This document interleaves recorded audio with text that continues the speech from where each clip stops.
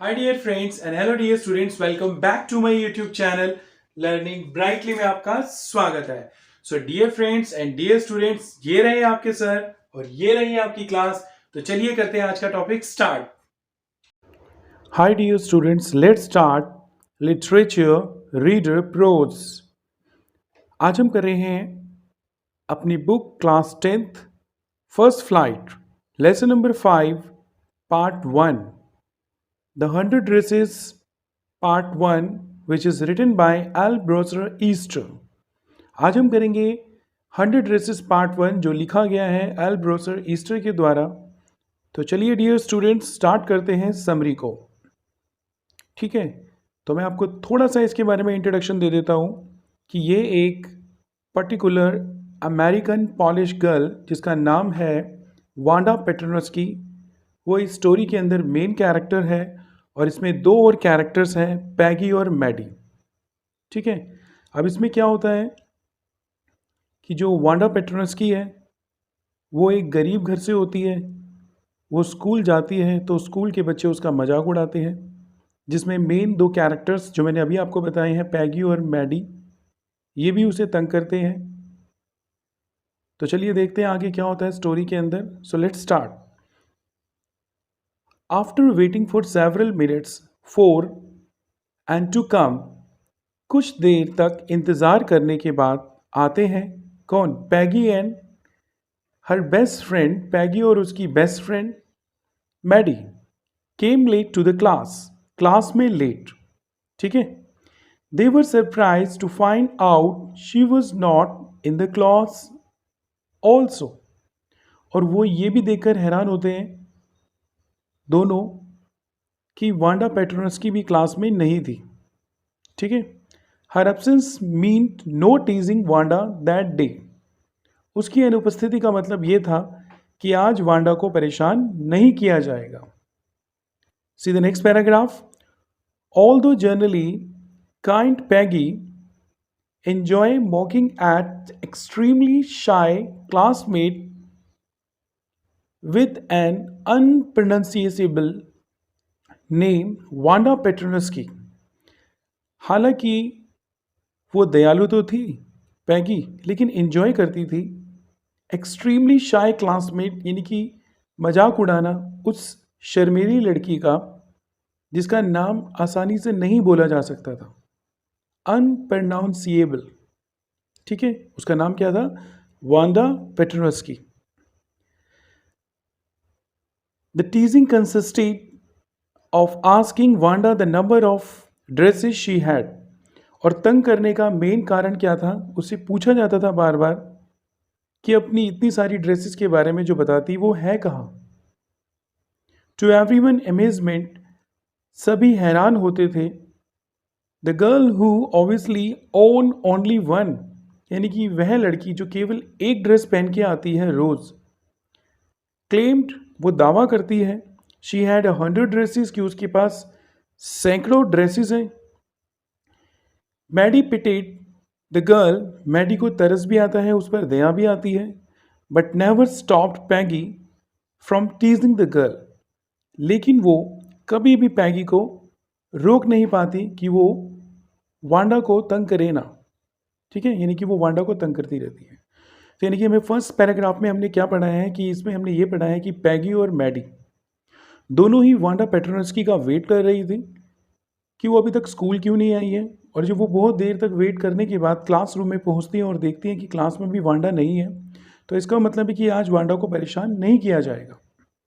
लेकिन दूसरी तरफ दूसरे पैराग्राफ में जो पैगी है और मैडी है, दोनों ही जिसका नाम तक ढंग से नहीं बोला जाता, यानी कि वांडा, उस लड़की का पूरा नाम था वांडा पेट्रोनस्की, तो वो उसे तंग करती थी। बाकी क्लास के बच्चे भी ये सुनकर हैरान थे कि उसके पास 100 ड्रेसेस हैं, जो वो खुद बोलती थी वांडा, लेकिन वो पहन के आती थी रोज एक ही। लेकिन जो मैडी थी वो थोड़ी सी सॉफ्ट कॉर्नर वाली थी। वो क्या करती है, अपनी फ्रेंड पैगी को मना नहीं कर पाती कि वांडा का मजाक ना उड़ाए, ना ही उसे परेशान करे। ठीक है dear students, so see the next paragraph, third one. Time passed but Wanda nor her brother did show up. समय निकलता है लेकिन वांडा और उसका भाई कहीं नजर नहीं आते. However, हालांकि a mystery of their disappearance did not remain unsolved. लेकिन उनका अचानक से स्कूल से निकल जाना या गायब हो जाना यह हमेशा के लिए अनसोल्व का मतलब छुपा नहीं रहता.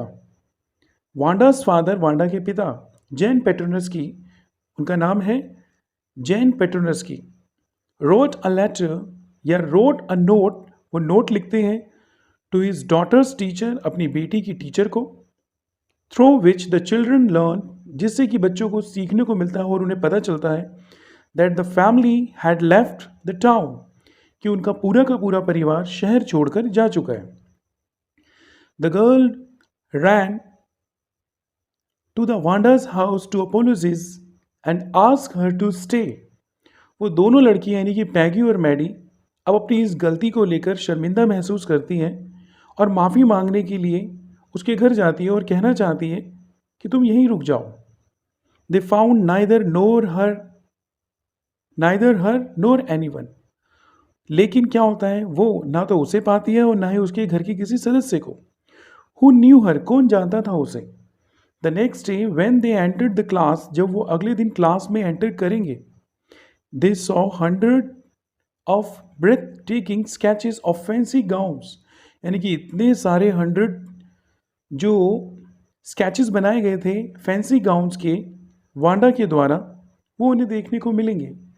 दे wrote her a letter out of guilt, उन्हें अपने ऊपर घृणा आती है और वो लेटर लिखते हैं किसको, वांडा को. And congratulated her on winning a drawing contest, और कॉन्ग्रेचुलेट करते हैं कि वो ड्राइंग कॉन्टेस्ट में फर्स्ट आई है. Their teacher read a letter from their missed classmate, और टीचर क्लास में लेटर पढ़ती है, from which the girls understood that she did not hold a grudge against them, कि वांडा पेट्रोनस्की को उन दोनों लड़कियों के खिलाफ कोई भी शिकायत नहीं है, कोई भी गिला शिकवा नहीं है. Then as she made her some sketches for Peggy and Maddie too, और वो पैगी और मैडी के लिए भी कुछ स्केचेस बनाकर गई है. तो ये थी आपकी story. Okay dear students, I hope कि आपको ये क्लियर हो गई है. इस पैराग्राफ में क्या था कि दोनों ही बहुत शर्मिंदा महसूस करती हैं क्योंकि उन दोनों के तंग करने के साथ साथ क्लास के बाकी बच्चे भी उस वांडा पेट्रोनस्की का मजाक उड़ाते हैं. लेकिन वो तो अपने परिवार के साथ इस शहर को छोड़कर जा चुकी थी. ये कब पता लगता है सबको, जब उसके पिताजी उसकी तरफ से एक लेटर देते हैं उसकी क्लास टीचर को, और वो क्लास टीचर लेटर पढ़ के सुनाती है. ठीक है, तो ये थी आपकी स्टोरी. अब हम करते हैं character sketch of Wanda Petronski, which is very important. Okay dear students, let's start the character sketch of Wanda Petronski. अब हम कर रहे हैं वांडा पेट्रोनस्की का कैरेक्टर स्केच. तो चलिए स्टार्ट करते हैं. Wanda is the owner of the 100 dresses in the books title. जैसा कि जो आपकी बुक है यानी कि जिसमें ये लेसन है 100 ड्रेसेस पार्ट 1, और जिस बुक से ये लिया गया है उसमें ये 100 ड्रेसेस की क्या है, एक तरह से ऑनर है. तभी इसे बताया गया है वांडा इज द ऑनर, कि वांडा क्या है, ऑनर है, मालकिन है ऑफ 100 ड्रेसेस, अपनी सैकड़ों ड्रेसेस की. इन द बुक्स टाइटल, जो बुक का टाइटल है आपका शीर्षक. She is of a Polish heritage and has a name most struggle to pronounce. और वो एक पॉलिश गर्ल है, उसका नाम इतना कठिन है कि लोगों से उसका नाम अच्छे से बोला नहीं जाता. जैसे कि मैंने आपको बताया है अभी स्टोरी में, Wanda Petronski. She is from a poor family, वह एक गरीब परिवार से है. And lives in a poor area of town, और शहर के एक गरीब क्षेत्र में रहती है. With her brother and father, अपने पिता के साथ और अपने भाई के साथ. शी इज क्वाइट चाइल्ड, वह शांत रहने वाली बच्ची है. हु रियरली सेज एनीथिंग, जो कभी भी बहुत कम बोलती है. कभी भी बोलती है यानी कि रेयरली बोलती है. रेयर का मतलब कभी कभार, मुश्किल से। एंड नेवर लाफ्स, और कभी भी हंसती नहीं है। I repeat this, she is quite child who rarely says anything and never laughs, जो बहुत कम बोलती है और कभी हंसती ही नहीं है। वांडा इज टीज्ड, वांडा को परेशान किया जाता है, not because she wears the same dress to school every day, इसलिए नहीं कि वो रोज एक ही ड्रेस पहन के आती है, बट लेकिन because she claims to have 100 dresses at home, वो इस बात का दावा करती है कि उसके घर में सैकड़ों ड्रेसेस हैं। सैकड़ों का मतलब 100। At first the other children believe her, शुरुआत में सभी बच्चे उस पर विश्वास करते हैं, क्या पता उसके पास हो। Assuming that she means party dresses, कि हो सकता है इसके पास पार्टी ड्रेसेस हैं। That would be inappropriate at school, जो वो स्कूल पहनकर नहीं आ सकती। But when she tells them, जब वो उन्हें बताती है, she has all kinds of dresses, कि उसके पास सभी प्रकार की ड्रेसेस हैं।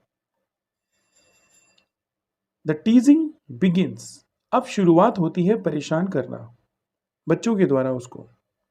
She never speaks up against the girls, वो कभी भी किसी के विरुद्ध नहीं बोलती। But says nothing while they do so, जब वो ऐसा करते हैं तब भी वो चुप रहती है।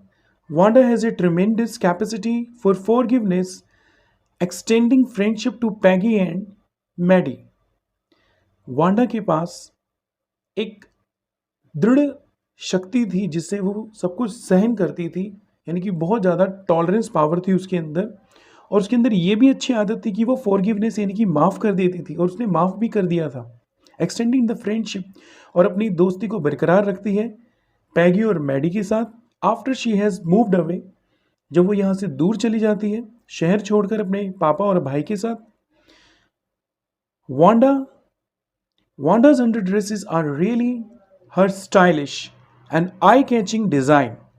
वांडा की 100 ड्रेसेस सच में, जो उसने स्केचेस बनाए थे, वो बहुत ही आई कैचिंग थे, बहुत ही अच्छे थे, शानदार थे, बेहतरीन थे। For which she wins the drawing and colour contest at school, जिससे उसे स्कूल में कलर कॉन्टेस्ट और ड्राइंग कॉम्पिटिशन में फर्स्ट पोजीशन मिलती है। And which shows her in a very different light among peers, और ये चीज उसे दूसरों से अलग करती है। सो डियर स्टूडेंट्स, ये था वांडा पेट्रोनस्की का कैरेक्टर स्केच। इसके अंदर क्या होता है कि वांडा पेट्रोनस्की, आपने ध्यान रखना है कि एक पॉलिश गर्ल है, उसका नाम थोड़ा सा टफ है जो लोगों से नहीं बोला जाता, और वो एक गरीब घर से है, अपने पापा और अपने भाई के साथ एक गरीब गांव के छोटे से हिस्से में रहती है, शांत रहती है। अगर कोई उसका मजाक उड़ाता है या उसे परेशान करता है तब भी वो उसका अपोज नहीं करती। और जब वो ये क्लेम करती है कि उसके पास 100 ड्रेसेस है तो सब विश्वास कर लेते हैं, और कुछ सोचते हैं कि हाँ भी पार्टी वियर भी हो सकती है, लेकिन वो कहती है मेरे पास सभी प्रकार की ड्रेसेस हैं। तो इससे ये पता चलता है कि वो सच में झूठ बोल रही है। तभी सारे बच्चे उसको परेशान करना शुरू कर देते हैं, लेकिन उसकी टॉलरेंस पावर इतनी अच्छी होती है कि वो किसी का विरोध नहीं करती और चुपचाप सब कुछ सहन करती है। और जब वो यहाँ से दूर चली जाती है, जैसे कि हमने स्टोरी में पढ़ा था कि पैगी और मैडी और बाकी बच्चे उसको बार बार चिढ़ाते हैं, तो उसके पापा को पता चलता है और वो यहाँ से दूसरे शहर जाकर शिफ्ट हो जाती है, यानी कि बस जाते हैं। लेकिन वो अपनी दोस्ती तब भी नहीं तोड़ती, और वो इतने अच्छे स्केचेस बनाती है, और साथ साथ उन स्केचेस में से पैगी और मैडी के लिए भी स्केचेस छोड़कर जाती है। ठीक है, सो आई होप कि आपको ये स्टोरी और ये लॉन्ग क्वेश्चन अच्छे से क्लियर हो गया है। तो प्लीज़ आप इसे ध्यान से सुने और याद करें। ये बहुत ही इंपॉर्टेंट लॉन्ग क्वेश्चन है जो आपके बोर्ड के एग्जाम में आ सकता है। So thank you so much for listening to me attentively and carefully, and have a nice day. Thank you. Dear students and dear friends, I hope कि आपको ये टॉपिक अच्छे से अब क्लियर हो चुका है। Thank you so much for listening to me attentively and carefully, and have a nice day. Till then, goodbye.